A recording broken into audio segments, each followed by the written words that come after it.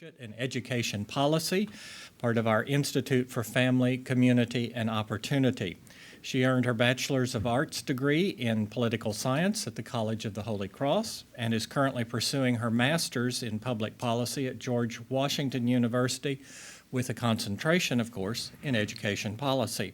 She previously worked here at Heritage as both an intern and a research assistant in our Center for Policy Innovation. Please join me in welcoming Mary Claire Ream. Mary Claire. Good morning, everyone, and welcome to our event, Making the Grade, State and Local Innovations in Education. As Congress considers the future of No Child Left Behind, there have been significant discussions around how to restore state and local control of education. Conservatives have garnered significant support for a proposal known as APLUS, Academic Partnerships Lead Us to Success Act, as one of the most promising paths forward to achieve this goal. APLUS would allow states to completely opt out of the program's red tape that compromises 600 pages of No Child Left Behind. Instead of filtering dollars through a myriad of federal programs, states could direct funding towards their state and local education priorities. Devolving dollars in decision-making to state and local level, situating dollars closer to students, holds promise for innovating educators, especially when considering the types of innovations we've seen at the state and local level in recent years. Nevada, for example, just became the first state to pass a near universal education savings account program, allowing every student in a public school to customize their education. In Florida, nearly 70,000 students are participating in their tax credit scholarship program. Florida and Nevada are joined by the 26 other states, including the District of Columbia, that currently offer private school choice options. To speak on APLUS and the future of school choice in America, we are honored to have Congressman Mark Walker with us today. Following Congressman Walker's remarks, we will have a panel discussion with some of the best experts in Washington on this matter. Congressman Mark Walker has called the Piedmont Triad home for more than 20 years. Congressman Walker represents the 6th Congressional District of North Carolina and serves on the House Committee of Oversight and Government Reform and the House Homeland Security Committee. Prior to being elected, Mr. Walker served as pastor for the Worship and Music Lawndale Baptist Church in Greensboro, North Carolina. He is actively involved in his local community and has served on the Greensboro Coliseum's Budget and Finance team and the Greensboro City's War Memorial Commission. He also directed and wrote the annual Greensboro Christmas Spectacular for more than 6 years. Mr. Walker graduated from Piedmont University with a Bachelor of Arts in Biblical Studies in 1999. He and his wife, Kelly, a flight trauma nurse, reside in Summerfield with their 3 children. Representative Walker has been one of the leading voices for limiting federal intervention in education and letting states reclaim their educational autonomy. He is a champion of the policies contained in APLUS proposal, and we are honored to hear from him today. Please join me in welcoming Congressman Mark Walker.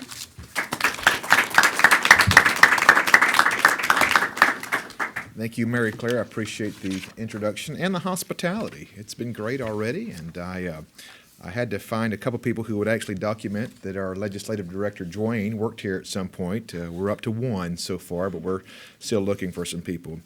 No, we thank you all for having me here today and allowing me to talk about something that's dear to my heart and to, I'm certain, the panel and many of you, and that is to talk about education and where we've been and where we're headed. The mind of a child is a precious thing. And who do you trust with our children? What are the people that we want teaching? And more importantly than that, what are the education standards that we want? I think of this statistic that a lot of our children spend more time at school than they even do in our homes now. I always enjoy any opportunity. I have an Anna Claire who is 9. And my one day sometimes before I fly out is on a Monday morning, and I'll teach and we'll talk stories of history, a little person of faith, pastor, former pastor, and I will talk about different things, biblical history as well, and just have some fun times and sharing. And every now and then she'll share back. And the other day I remember her sharing a little bit about what she had learned through some of our discussions, and I was, kind of feeling pretty proud of myself that, hey, I'm quite the educator already. She was expounding quite eloquently about our revolutionary days and talked about, she set it up nicely, but then she kept referring to the Roman soldiers instead of the redcoats. And I had to go back and break it back down. There was a difference. The Roman soldiers were a different time period than the actual redcoats. But nevertheless, we're all called to do something about sharing what we know, but also protecting the rights of the children in a way that they can be educated to the full extent. The mind of a child is a fragile, sponge-like, and so easy to stamp permanently in ways that shapes their tomorrows. As a former pastor, I've done a lot of counseling, and I've seen some of the heartbreaking stories of when information or exposure became prevalent in that child's life that actually caused many problems. But for this reason, every order of protection and effort is necessary to give them every opportunity for a brighter future. And let us not be mistaken. The future of our children is intimately and intrinsically linked with the future of this country. I see many young people in here today, and I think about what kind of country, specifically in the realm of education, that you will have for your children one day. Thwarting our children from the freedom of receiving the best education thwarts America from bringing up another exceptional generation of doctors, teachers, fathers, mothers, and leaders. In fact, we've often heard, train up a child in the way he should go, and when he or she is old, they won't depart from it. I think that's true in education as well. We've been trusted with a great responsibility, a high call to fight for their best. But a problem has been forming, really an avalanche. Over 50 years ago, when the ESEA was created by Lyndon Johnson, and then 35 years ago, we saw the Department of Education created by the Carter administration. And I've thought about this extensively. And there are many places where there's partisanship or there's different schools of thought, whether it's foreign policy or other areas. But it shouldn't be so anymore in education. Not to be too much of a pun, but the test results are in. We see the failure among our education. We spend $600 billion plus dollars. We spend $12,000 per student now. Yet we continue to fail, and specifically in our math and science. Should we not be proactive in the place of doing something about this? Well, with the help of my colleagues, that's what I intend to do. Number one, we must first cut through the red tape in D.C. And that sounds cliche at first, but the bureaucracy in Washington is unquestionably causing irrefutable damage to the children across this nation. I understand that's a strong statement. We must also fight to reduce the size and scope of the Department of Education. The current paperwork burden, and here's an amazing statistic, imposed on the Department of Education, that means the paperwork, is larger than the Department of Defense, the Department of Energy, the Department of the Housing and Urban Development, Department of Interior, and the Department of Justice combined. Think about the bureaucracy that's tied up in that. We must reduce the federal footprint in education by eliminating and consolidating programs. Simple solution. Instead of funneling money to the states through more than 100 competitive and formula grant operated by the Department of Education, we should scale back the number of programs and consolidate funding among many others. A lot of this is about control. We see it with the IRS, with nearly 75,000 pages of tax code regulations. The more discombobulated you have, the more control. Sometimes you'll go into an automobile dealership and they're getting you with this information, this much paperwork, sit here in the booth, I'll get back with the numbers. Well, a lot of that, which is salesmanship, is a way to control the environment. That's what we've seen with the Department of Education. The second thing is we must stop allowing federal government to continue to make constitutional overreaches in our education. Let's be very clear. Parents know their children the best, not the bureaucrats sitting here behind desks in Washington, D.C. This shouldn't even be an argument. There is no one-size-fits-all that works best in education. As you think back today, and you think somebody that made an impact on your life, a coach, a teacher, most of the time the person that comes to your mind was somebody who got off the regular path, someone who maybe modified something for you, someone who took an interest specifically to you and didn't necessarily go by the book. But we think about those because we're created different. We have different ways of learning. And sometimes having people and teachers to be able to identify that. But with some of the standards that we see, it's very limited. To be able to even share, to be able to use our very talents and skills to impact our children. There is no one-size-fits-all. Programs like Common Core and No Child Left Behind are not only logistically flawed in their application and purpose, but are used as a leash to the purse strings in Washington as an excuse to filter billions of dollars to the states, but with a catch. Even in North Carolina, we saw this problem ourselves when we were accepting $400 million under a race to the top. I don't have time today to get into and expound all of the problems with the race to the top, but I believe most of you would understand where we're coming from. These states are not permitted to use these dollars to satisfy the biggest largest problematic areas, but they are focused to fund and to maintain the bureaucratic burdens required by these various overreaching federal programs and keep the states by playing by the rule book. Control again. Third, education will only be successful if two foundation truths are rediscovered in this country. The first is that parents know what is best for their child and should have the freedom to pursue the path that works for them. That's not a Republican or Democrat aspect. That is something that's common sense for most of us. Secondly, states must stand up to the federal government to reclaim constitutionally allotted freedoms to educate their children in their state without being yanked around by Washington. I imagine if we took a national poll across this country right now, I would reckon it'd be somewhere between 75 and 80%.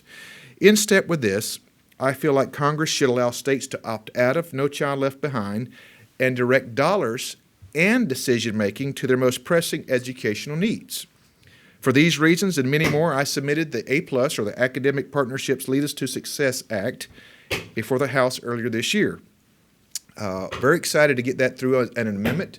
A lot of people predicted maybe 125 or 130 votes. We were thrilled to get 195. We're also reworking it right now. We've got 50 co-sponsors, and as Kelsey said earlier, she said, does it take a little persistence? I said, anything that's going to be accomplished in Washington, D.C., as you will all know, is going to take some persistence. Well, not only we talk about the red tape, but let me give you a little bit more details as far as the A+. Number one, of course, it aims to restore state and local control of education. Allows us to opt out. Under the A+ agreement, states would receive federal education funding in the form of block grants for the programs the state chooses to consolidate. No Child Left Behind would remain in force for any states that do not opt out. That's an important point, and here's why. Allowing a state to opt out of these federal mandates, but still allowing other states, if they wanted to stay in the program, could do so. You say, well, why is that important? Well, I think it comes in accountability. Because when you have two competing models, it then doesn't become hearsay. It doesn't become a political or partisan. In 5 to 10 years, you're comparing one. Here's a state that it's allowing to reinvest and put those dollars where they feel like the need is. It's state issues, local issues, whatever it might be. Here's another one that's still operating the burdensome bureaucratic mandates of the last 35 and 50 years. I think you and I know which one would win out. So I think that's a great thing to allow the states to make that decision. People can make their own decision from then. A+ also seeks to reduce administrative costs and compliance burdens of federal education programs in order to focus federal resources on improving academic achievement. To ensure that states and communities are accountable to the public for advancing the academic achievement of all students, especially both gifted and disadvantaged children. A+ at its core is about making specific choices based on the evidence exists state by state. What is best for my state of North Carolina may not necessarily be best for California. A little bit of a minister privilege here. A lot of times you'll see that sometimes even in the church. You've got a model that works in California, may not work in North Carolina. Same kind of mindset, same kind of personality differences that we have to face. Finally, education reform has been an ever-present battle in this country. Over the last several decades, the federal government has usurped power from local municipalities, state governments, and worst of all, from the hands of mothers and fathers. It's not a dramatic statement. That should be one that concerns us all, that we've literally taken control for moms and dads. As a parent, I'm standing firm for the impressionable future of my children and for yours. They are far more important about money, this red tape, paper-pushing programs, bureaucracies developed in Washington, D.C. And without sounding too courageous, my goal here in being sent is to fight for them as long as it takes. Now, I'm not a career politician. I've never run for any office until I got so fed up with some of these bureaucracies that I decided to leave a ministry after 15 years to run this past year. And as a congressman, I hear the pleas of parents and constituents in our district who want the same. It shouldn't have ever been acceptable, but there is a rise in an optimism of people understanding that folks in Washington need to pay attention to our children and the future of this great nation, and not as a pawn piece for programming or for funding. As an American, I know we are well overdue for a paradigm shift in education. And if we don't change our inefficient, centralized, and blind approach soon, America, as we have known her, will be gone forever. Because it is through this education that great men and women have risen up to make a difference throughout the several hundred years of our country. And as a pastor, or former pastor, I should say, I pray for God's hand on our children. I pray He would keep them joyful, resilient, safe, and strong as we collectively fight for their better tomorrow. They are worth every effort as we march forward, resolutely, fearless, towards a tomorrow that shines much brighter than today. And in closing, I would leave this challenge. It's very easy to get caught up in the rhetoric of our policies and in the language. But as we look back, some of you much younger than I, some of you half the age as I challenge you to not only make a noise, but make a difference. Do whatever you can to implement your lives back into the place that you've been called. And when you can look back one day, whether it's 10, 15, 25, 30 years, you can be content and at peace knowing that you've made a difference. Thank you. God bless for the few minutes that we have with you today. It's a privilege.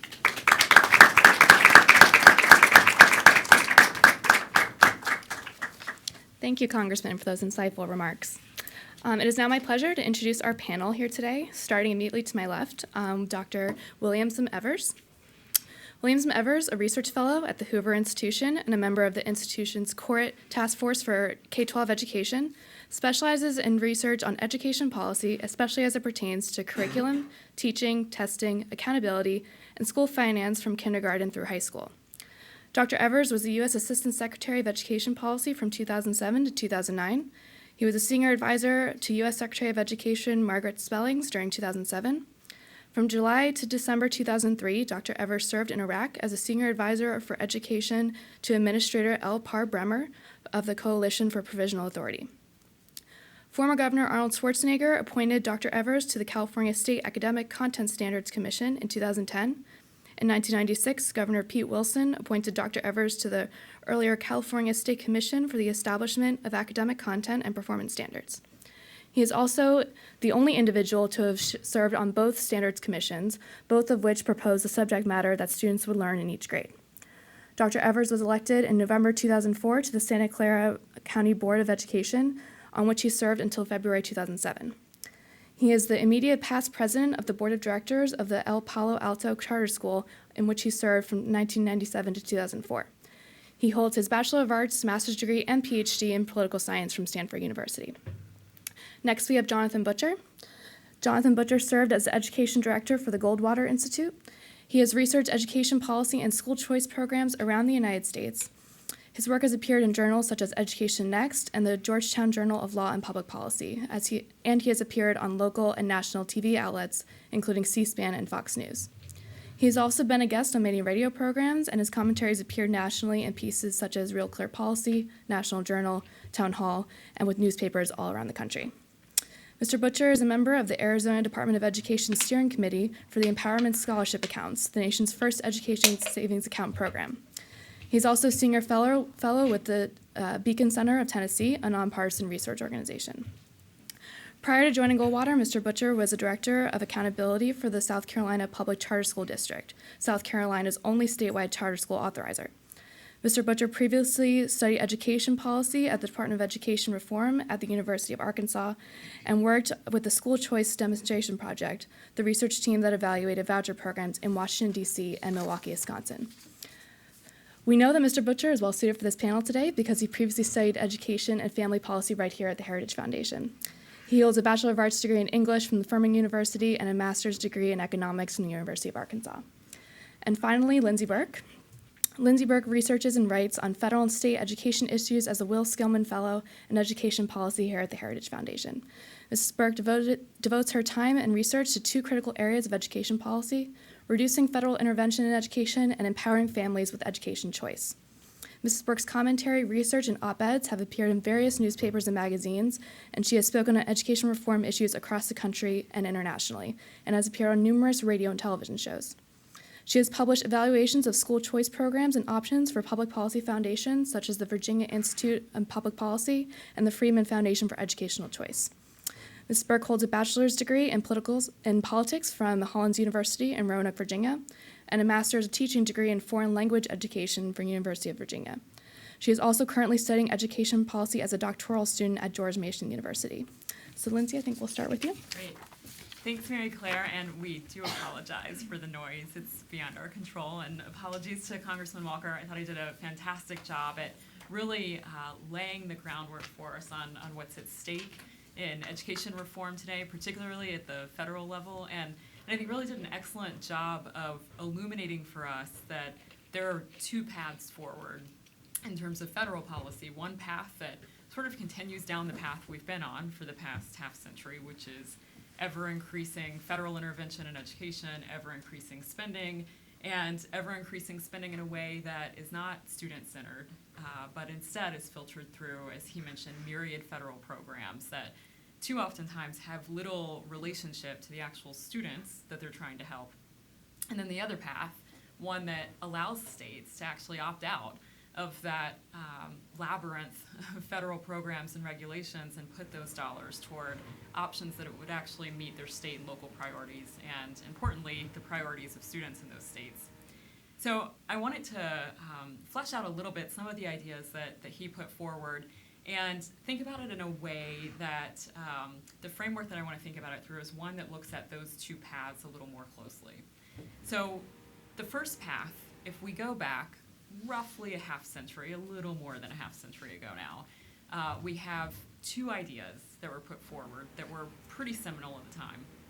One idea was the one put forward in 1955 by Milton Friedman, right? Nobel Prize winning economist Milton Friedman said, let's revolutionize education by separating the financing of education from the delivery of services, and let's provide children with school vouchers.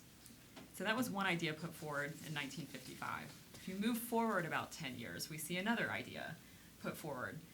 In 1965, we see President Johnson sign into law and push for and then sign into law the Elementary and Secondary Education Act, which of course, as Congressman Walker mentioned, would ultimately become NCLB in 2001. And so this idea that was put forward by President Johnson at the time was at its essence an idea about compensatory education, spending additional federal dollars through some additional federal programs to try to improve outcomes for low-income students from low-income areas. And so it was a pretty simple idea at the time, right? Here's some federal money, we'll send it to the states, we'll equalize options for kids in those states. And to illustrate how simple it was, we can think about what a typical bill that comes out of Congress looks like today in page length. This was 31 pages, right? It was teeny tiny, and it was about $1 billion in 1965. So probably about $7 billion today. So relatively small in terms of what we see typically come out of Congress today. And so this compensatory model was put forward in 65, use some federal dollars, give those dollars to the states. But what we saw happen very quickly after 1965 was a shift from that original compensatory model that was outlined by Johnson to a systemic education reform effort from the federal government. As Congressman Walker mentioned, if you fast forward to when President Carter was in office, we saw the proposal for and creation of the first cabinet-level agency for education, the U.S. Department of Ed. Right? We didn't have a cabinet-level agency for education prior to that. Education was housed within another agency, Health, Education, and Welfare. And so President Carter pushed for and got a cabinet-level agency, came into effect in 1979. We saw President Reagan come in a year later, and he famously, of course, tried to abolish what he called Carter's bureaucratic boondoggle. And, of course, was not successful, and the department is very much still alive today with about 4,200 employees who work at the federal agency today. So we saw growth in federal intervention in terms of an agency being created. And then if you fast forward to the 1990s, we really see that shift towards systemic education reform from Washington really start to expand in a significant way. We see the federal government say to states, well, we're giving you billions upon billions of dollars in federal funding. We need some accountability for it, or what Washington considers accountability for those dollars. So for the first time, we saw the federal government tell states, you have to have some sort of accountability system put into place. And so states started thinking about that, and if you fast forward about a decade later, this is when we see that 7th reauthorization of Johnson's original Elementary and Secondary Education Act. So that's when we see No Child Left Behind signed into law. And this is where that shift towards systemic education reform became significantly larger and more prescriptive from Washington. NCLB said, for the first time, states have to test every kid every year in grades 3 through 8, and then once again in high school.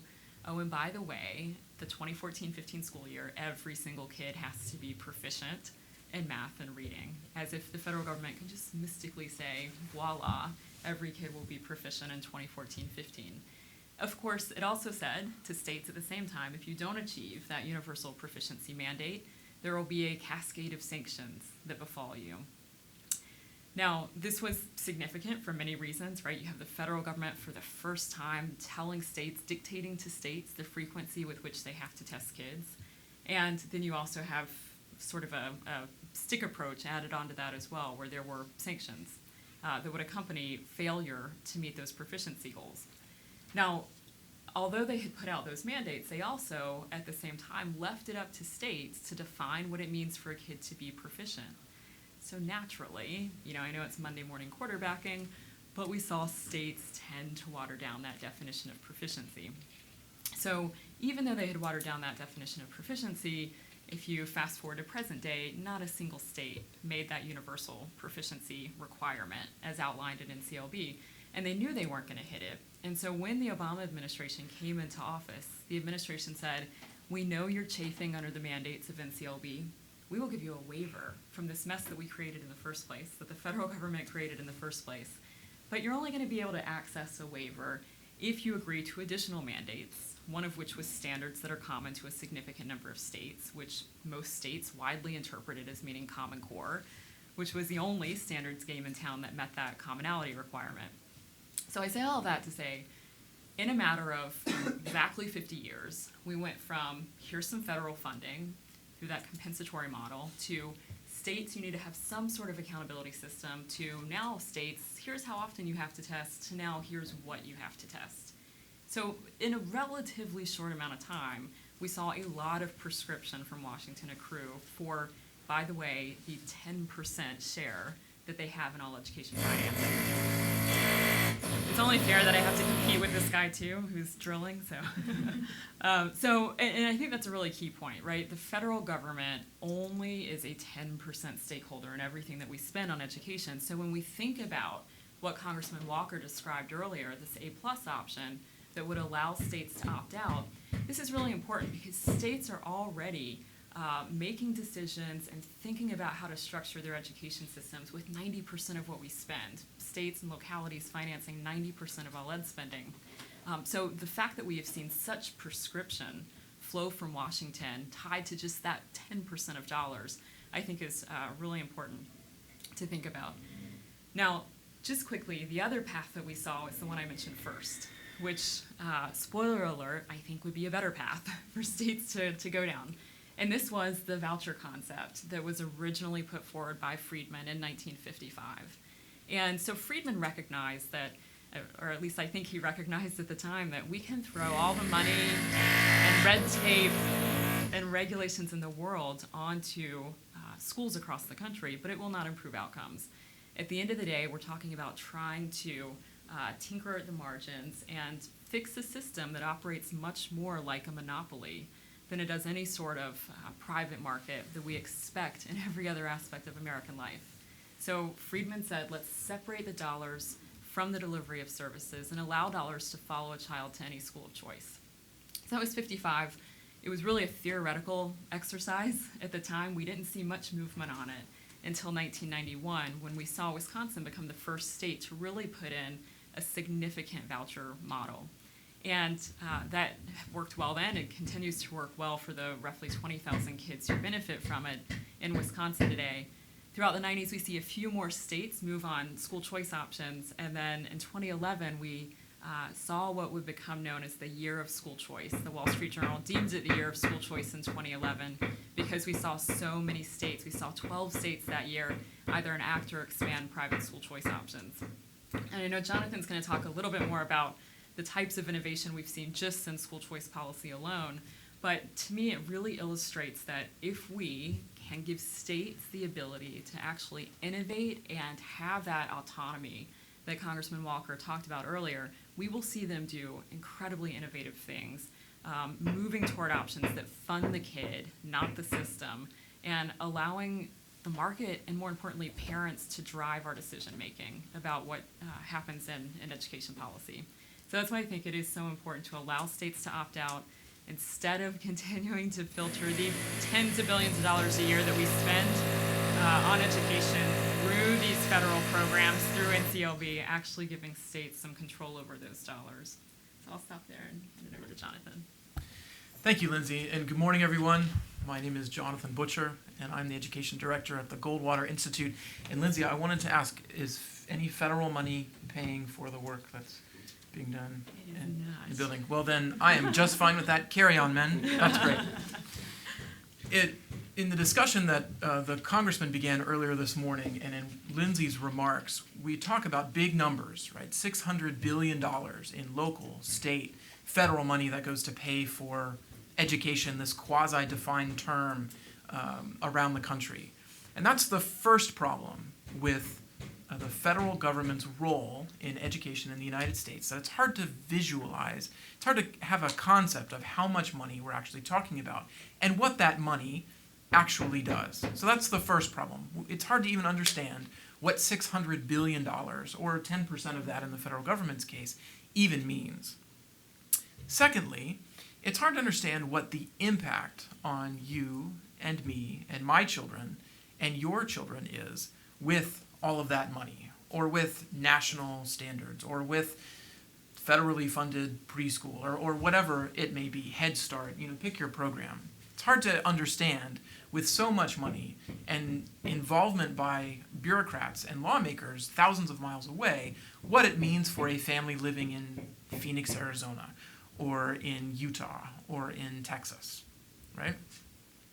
So last week, Politico quoted outgoing Secretary of Education Arne Duncan, and they asked him if you had 4 questions to ask the presidential candidates, right now the folks running for president, what would those questions be about education? And his first one, right, he gets 4 chances to ask the potential leader of the free world what he would do about education.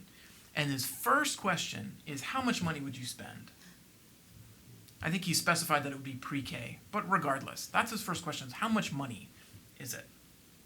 All right, so the third problem with the federal government and its involvement in education is that it is almost always on the responding end. It's on the reactive end.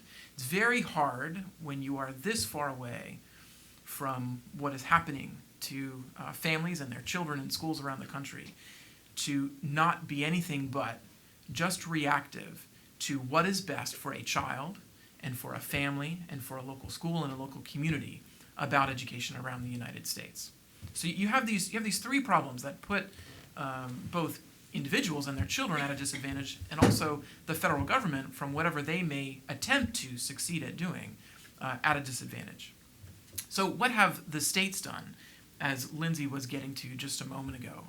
Now, it was Milwaukee, Wisconsin, that had the first school voucher program. We're going on 25 years now that they had that program. It was Arizona that enacted the nation's first scholarship program funded by donations from individuals to pay for students to attend a private school.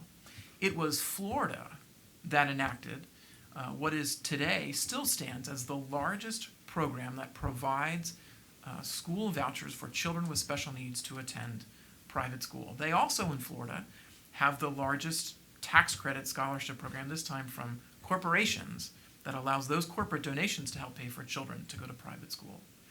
It has been the states that have done the most to provide to families the ability to change their situation today, not to have to wait until the next budget is approved, not to have to wait until the next election, but right now, right today, right, parents can make decisions using these ideas that states have enacted. So let's take it one step further, okay? What if, as a parent, you could reach into your pocket and look for the same thing, right, that you would go and pay for groceries or clothes with, and take it out of your pocket and swipe it and pay for your child's education? And not just a school. What if you could buy books, or you could pay for an online class, or save for college, or save from year to year? This is what empowerment scholarship accounts, education savings accounts, have offered to families in Arizona now since 2011, in Florida since 2014, and as our host referred to a few minutes ago, in Nevada, Tennessee, and Mississippi. In Nevada, of course, we have gone from just offering it to a select eligibility pool of students to the entire public school system in the state of Nevada. With an education savings account, the state deposits public funds in a private bank account that parents can use to buy educational products and services for their children. They can find what their child uniquely needs today, right now, and make a decision about what is best for them. Now, with that, let's talk about real people. What does it mean for you and for me? And I think who represents this, in my mind, let me describe for you Holland Hines and her son Elias. Holland moved from Michigan to Arizona. And when she got to Arizona, she had already learned through doctor's visits and working with her son Elias that he needed some special attention, right? She could tell that he was going to need help not just at home but also at school. Elias was diagnosed with a variety of complex special needs, and she was going to need to find some unique attention for him.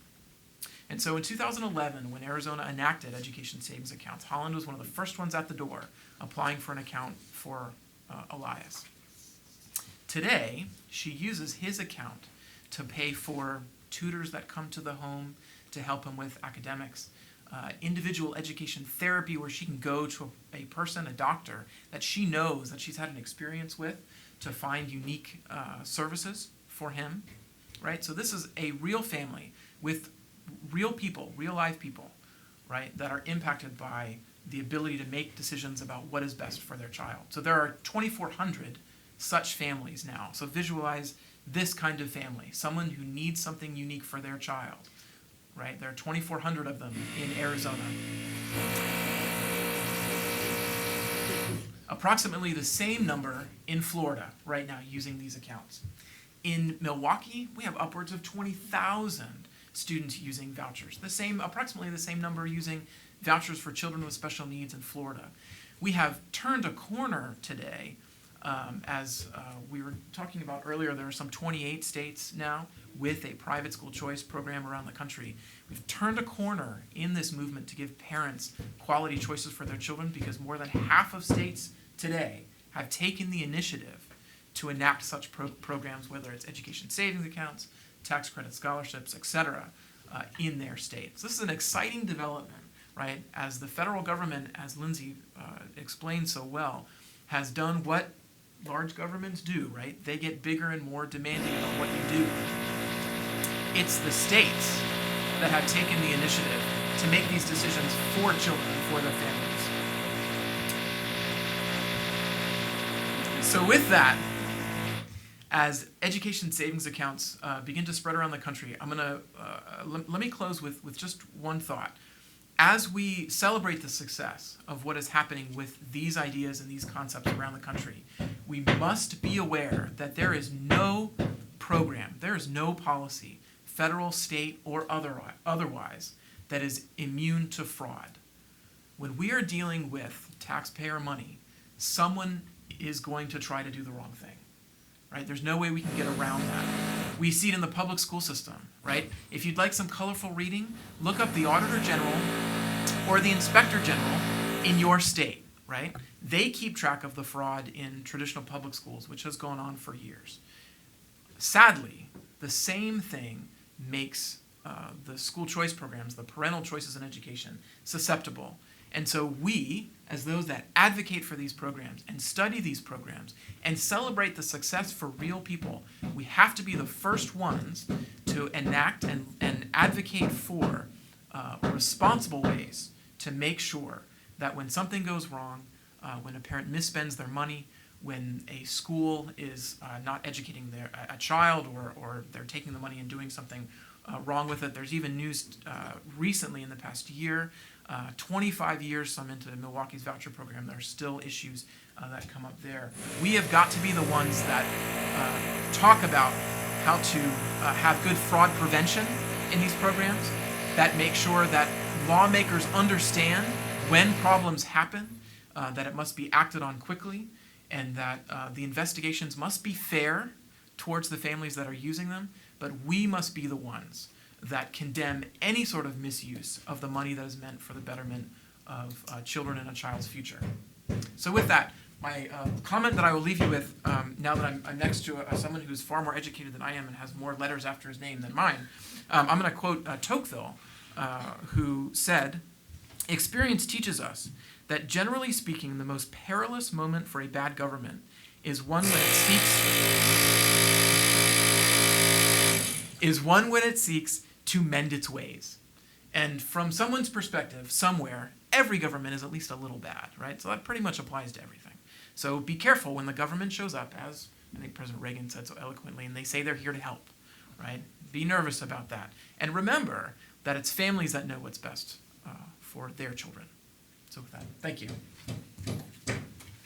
Now, many of you thought that with the conclusion of the Cold War, the communist jamming of the Heritage Foundation would be over, but as you can see, it continued. So I guess this is part of former KGB operative Putin's continued assertiveness. So anyway, I'm going to take you back to the earliest days of American education to give you a little feeling for how these efforts in empowering parents and liberating children's education actually have their roots in American history. So when the early people that came to America were here, of course there was no elaborate public schooling in place. So they either paid fees to people that were maybe ministers or just had been better educated at some point. So you had sort of market education, actual totally private education in some places. And in other places you had the farmers and townspeople working together, setting up school committees. They weren't instructed by the state government. In the original early colonies of Britain, there was no national government in America. Parliament was a long way away. Some of them were royal colonies. It varied from place to place, but basically this was a problem that you had to handle at the local level. And so the education was naturally pitched to what the parents in that area really wanted. And in a sense, we're trying to get in a more modernized setting with better technology and so forth, that kind of sensitive education that's sensitive to the needs of the child as perceived by the parents. Now, Jonathan was quoting Alexis de Tocqueville, and of course he wrote this famous sociological analysis of America in the Jacksonian period in the 1830s. He came and visited, and one of the things that was fascinating to him was these local school committees and how a person would drop the plow to go to a meeting to put together a committee that would support schools. And these schools were, as we would say in taxing and finance and so forth, they were floating on their own bottoms. They were basically supported locally, and sometimes people were putting in money, but sometimes they were putting in crops. They were housing the school teachers, maybe in families' houses or rotating them through different families' houses. It was very, very local, and this passion for doing this locally lives on with us in local control, and the sentiment for local control in America that's stronger really than in any country in the world. So this was a good thing because it meant that parents were involved, the community was involved, and the pressure was there to do a good job. and the ability to change things if it wasn't going well was there. Now, nonetheless, you had new immigrants coming in, and sometimes the public schools were either trying to mold them in a certain way or try to maybe take off their religious beliefs and put them in an atmosphere that would lead to a different religious belief. So you had the Catholic school system that comes up in the United States that's parallel to the government-run school system.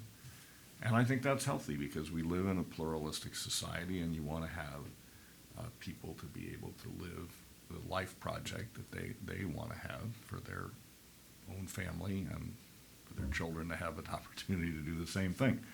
But it has this aspect of choice going on. And so, although in a sense we've all been paying double if we have a child in private school, nonetheless, through tax exemptions and other things, the government has helped provide some space for these alternative schools. Of course, the government schools, the public schools, have been the dominant ones. And like all public agencies, like the post office, whatever, they're not terribly efficient. There's a tendency for corruption, for them to provide jobs for politicians' families, or the cousin that couldn't do anything else will give them a job in the school system. And so this sort of general inefficiency and corruption situation is endemic to public agencies. And as was mentioned, Milton Friedman was looking at this in the mid-50s, and he proposed vouchers as an escape valve for kids to escape from failing schools, but also as a way to provide competitive pressure. There was some escape already there in the existence of local school districts. So you could move from one place to another, particularly in a metropolitan area where there were multiple school districts, and you could move at the same income level from one town to another. So you would, so like the Boston area has this. Unfortunately, some places like Los Angeles or Miami, that's not really the case. You have giant metropolitan areas that are all encompassed within one school district, so it's much more difficult to escape. So you have emerging here two sorts of avenues for how to rectify things in schooling. And so there's a famous book that was written in 1970 called Exit, Voice, and Loyalty, in which Albert Hirschman analyzes situations like that. So the voice would be the political participation where you can do something about it, and it's local enough that you can have a say. And the exit is being able to escape to another competing comparable school district, but where it's done better or more to your liking, or you could have a voucher, or you could have charter schools. That's still a public school, but it's an alternative to the existing public schools. So at the same time that you have these escape valves and these alternatives and these competitive pressures on all these institutions to get better, you have, unfortunately, an alternative approach, which we can call progressivism. So the idea of progressivism is essentially we are the experts, we are the managers, we are the people trained in social and political and social and behavioral sciences, and we should get ratification from you every once in a while through some not too important democratic procedures, but basically we should run your lives, and from as high up, as centralized a location as possible. So, of course, we see this in the Woodrow Wilson administration and in the Teddy Roosevelt administration most famously, but it's still with us. This is the dominant view in one part of the Republican Party and overwhelmingly in the Democratic Party. So this kind of technocratic approach is going to fight against local control in local districts. It's going to fight against vouchers and empowering parents. It's going to fight against alternatives present in charter schools. And we can look at the states and we can say states that compete against each other to get a reputation for better education have led to a tremendous number of the improvements we've seen. He was citing chapter and verse about how Wisconsin invented vouchers essentially in a practical sense. Minnesota invented charter schools. Arizona has done all this innovation. We now see Nevada and Louisiana having widespread mass experimentation with some of these things. And the federal government, what has it given us? Well, it gave us the new math of the 1960s that was just horrible disaster, some of which is present in Common Core math today. It gave us life adjustment education in the 1940s, where many of the classes were on how to bake a cherry pie, or what to do on a date, or how to fill out insurance forms, and academic things were pushed aside. A bit of that in the career orientation of Common Core and the reading of informational texts has come back again to haunt us. It's very little new in education reform. It's usually recycling horrible things under a new name. So anyway, we have this centralizing tendency, and these people don't just haven't just arbitrarily come up with this. They have an underlying theory, which is that there will be, unless they, the super brilliant people, are in charge, there will be a race to the bottom. So instead of federalism being a thing in which different states try different things, that it's the laboratory of democracy, and people can go to states and localities where it better matches their preferences, and experiments on how to do things more effectively and efficiently take place.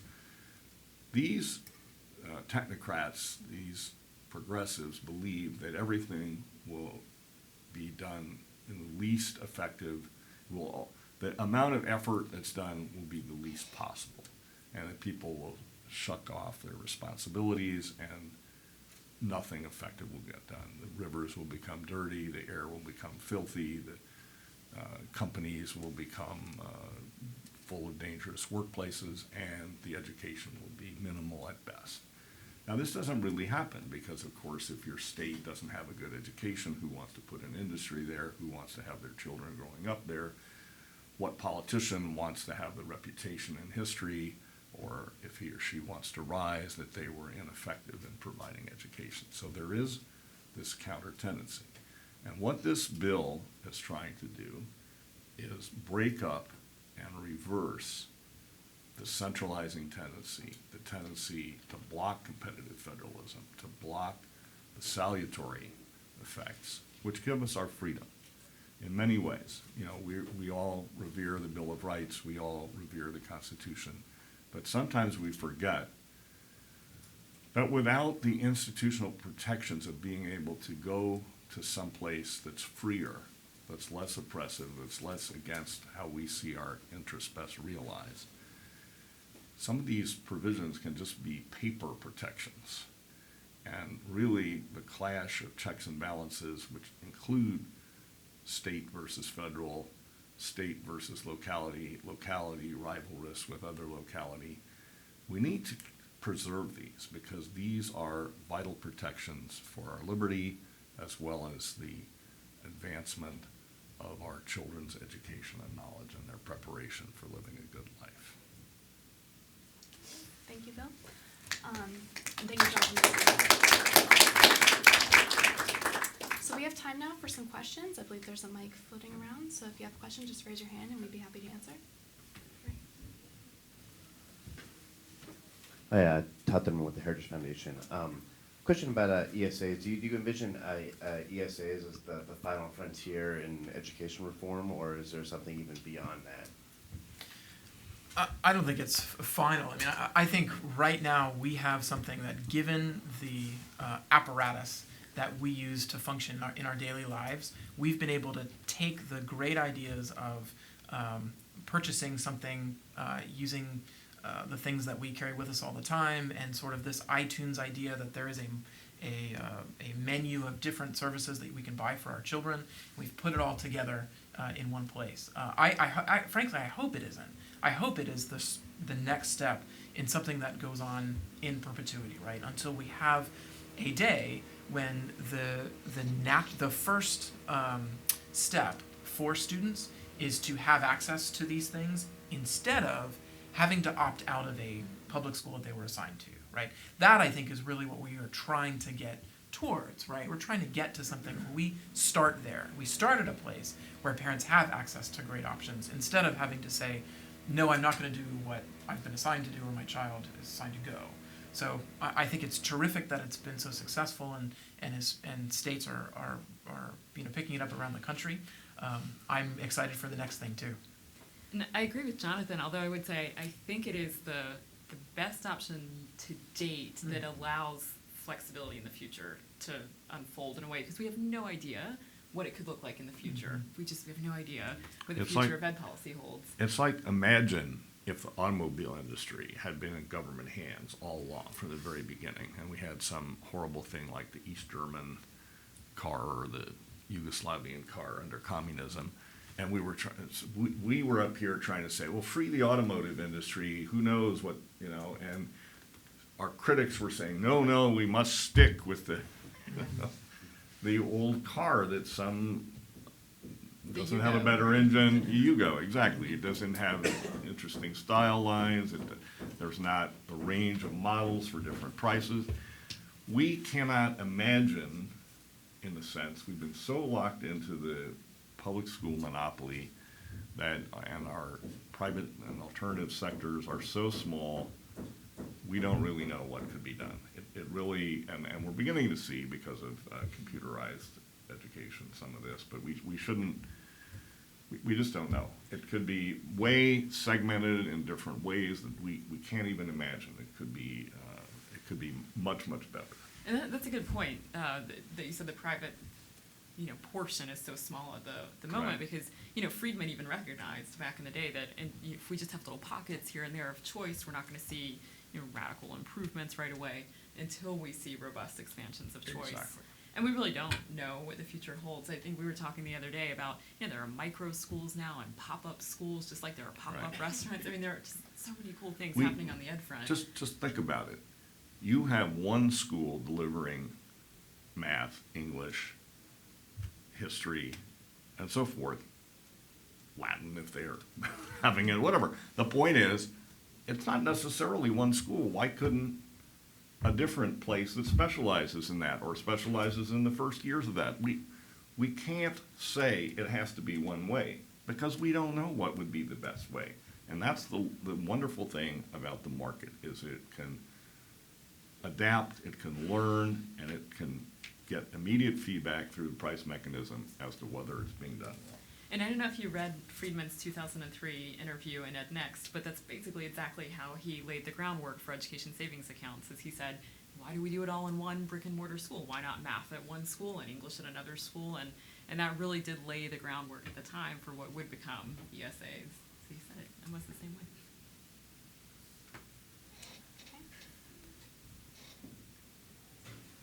I noticed recently that somebody out of AEI started expressing concern about private school supply and proposing things that we as advocates and policymakers need to be doing to address concerns and potential shortages in private school supply. This seems to be a conversation that goes on without any questioning in the charter school world. I'm wondering how you all would respond to that issue. Yeah, I can start if you want to. Go ahead. Yeah. Sure. So it's a great question, and I'm really glad that there are people thinking about the supply side right now. I'm really glad AEI is thinking about that. And part of the reason that people are beginning to think about it is because we have seen what happens when we don't allow for a robust supply side response. And by don't allow, I mean when we think that, as Bill basically elucidated, there are a few people, even just at the state level, who can design accountability systems or design options that will meet the needs of every parent. And so if we look at, I bring up Louisiana a lot because we know that their regulatory environment in Louisiana has been pretty prescriptive. That is, for schools that want to participate in their voucher program, there are a litany of regulations that have been layered onto these private schools. So they have to have kids who use a scholarship take the state test. There are requirements on teachers who can teach in the schools. They have to report every single absence to the state of a scholarship student. The regulations are pages and pages long in Louisiana, and unfortunately, the net result has been that only 1/3 of private schools participate in their scholarship program. So when we're thinking about how we structure accountability systems, we need to be really careful to make sure it's not done in a way that scares off potential providers. So when I think about the supply side, I'm really coming back to how do we structure the freest possible, most parent-centric accountability structures we possibly can. And I mean, everything that Lindsay said is right on. I would say though, for one, it's good that we're thinking ahead, right, and planning for the day when there are more parents demanding private schools than what is available. But for two, right now, it's a numbers game, right? There are 50 million kids in public schools around the U.S., 350,000 some using a private school choice program like we were just describing up here. So we're so outnumbered by this idea that parents have to send their child to a public school. In fairness, I get it, right? I get it that districts are changing that. Even districts are allowing for a choice between schools. Khan Academy is changing things in California, right? I see it, but the numbers don't lie, right? There are still far more children heading to a public school than being able to make a choice to go to a private school. So that's the problem I think that we've got to be after by getting as many of these quality programs in place as we possibly can. And as Lindsay said, right, making it so that, I was about to say that there's nothing stopping someone from opening a private school if there's demand for it right now. And I'm sure somewhere there's a regulation that would. So I'm going to pause before I say that. Or I'm sure someone could think of one. However, well, one is in California, you can't just start up in any old building because schools have stricter earthquake things, and that is like a huge problem for that. And I think charter schools see that too. I think charter schools have certain regulations on their buildings. So anyway, all of that aside, right, by and large, if the demand is there to open a private school, then people, I think, are going to fill it if the program give them the options designed the right way. So a few people have just very tangentially referred to Common Core, including our main speaker here. And the interesting thing is that Common Core is an attempt to oppose the differentiation and decentralization. So it's so naturally the teachers unions find it easier to organize monolithic public schools, and there's all kinds of forces, but Common Core is one of these things that is trying to make the curriculum uniform across the country.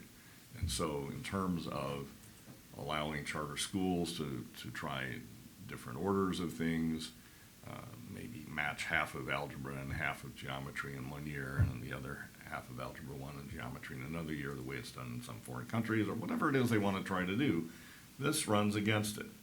And it's unhealthy in terms of the empowerment that computers and other things give us to differentiate and tailor things and experiment and innovate. So I view it as we actually had a big manifesto that some of us were involved in called Closing the Door on Innovation that opposed this drive toward national curriculum. And I feel extremely passionately that this should be countered, and of course the public is rebelling against it, so that's a wonderful thing. And some of us, in terms of trying to give an academic and scholarly background to the parents out there and the teachers that are rebelling, I think we've helped try to anchor in the facts and history and so forth the rebellion against the parents. So I think it's proceeding apace, and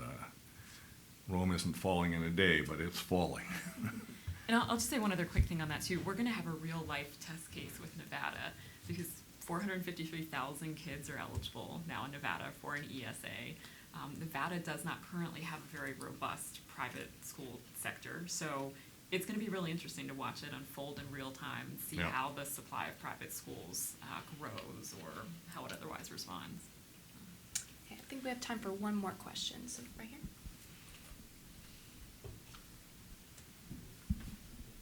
Hello, Andrew Williams from the CMRE, which is a London-based think tank. I'm extremely interested in the ESA program, and I think European think tanks will be watching this for years to come. Playing devil's advocate for a minute, We know that not all parents do make good choices. You only have to look at childhood obesity rates to realize that. Do you envisage that there's going to have to be some mechanism to educate or equip or provide low-income families with the sorts of tools that they will need to make the right choices in a more diverse system? Or do you imagine that actually all of the changes and improvements will be driven by middle-class parents, and that the effects will be so profound to the system that we won't have to worry about low-income families ending up with their children in low-performing schools, which is very much the problem that both the US and the UK suffer from at the moment, this very large tail? I'm going to say that,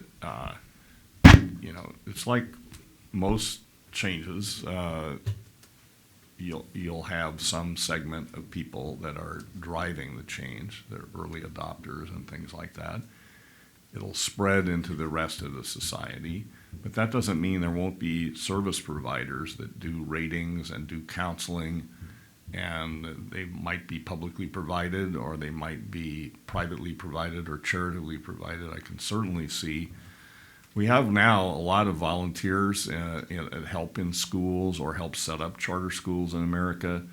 And as more and more of those become institutionalized, that same drive, that same interest, sometimes I know in my own area in Silicon Valley, there are tons of young people who are trying to help charter schools and help tutor kids and all sorts. Some of that might be channeled into advising parents that might not have a complete grasp of information, what they'd be getting if they go to such and such school. I don't have to, when I buy a car, I don't really have to know everything about how a car works. I can ask my neighbor, I can ask somebody else who's driving a car I'm interested in, I can look it up in Road and Track, Car and Driver, or Consumer Reports. There's a lot of things that are out there. Obviously, the internet makes this even easier. So I don't despair at the challenge of getting information to people from families that are less successful in households. I'll just add two quick things to that. One, if we look at DC, so two instances out of DC. If we think about Uber, right? Not everyone uses Uber. A lot of people are still using the cab companies, but it has improved outcomes for everyone across the board, right? The folks who are using a cab now get a better experience than they did 2 years ago because the cab companies have been responsive to the competitive pressure of Uber. And the people using Uber get a better experience as well. We've seen the same thing in education, whether it's through voucher options or tuition tax credit scholarship programs. So we do have real world experiences of that competitive pressure. Florida's a really good example, improving statistically, significantly improving outcomes for kids who use a scholarship, as well as the kids who choose to stay in the public system. And last thing here in DC, the DC Opportunity Scholarship Program is a voucher program here in the district. Kids get scholarships of between $8,000 and $12,000. These are all low-income families. The average family household income is $20,000. So in DC, that does not go a long ways.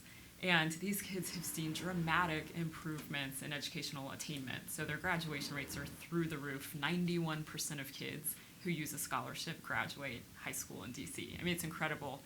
If you look at, in the study, the control group of kids who applied for and didn't use a scholarship had a 70% graduation rate. DCPS, DC public schools, depending on who you talk to and what year it is, will say between 55 and 65% graduation rates. But these kids are all children from low-income families in DC, and their parents have become and have been the most active and involved parents you'll ever meet. And they know, and we've got good research on this as well, that it moves parents from really being, I think it was Patrick Wolf who said it, the margins of their child's educational experience to the center of it, and really helps them drive their kids' educational outcomes and be involved in a way that they weren't able to before when they had no escape hatch. All right, well, thank you all for coming here today, and please join me in thanking our panelists.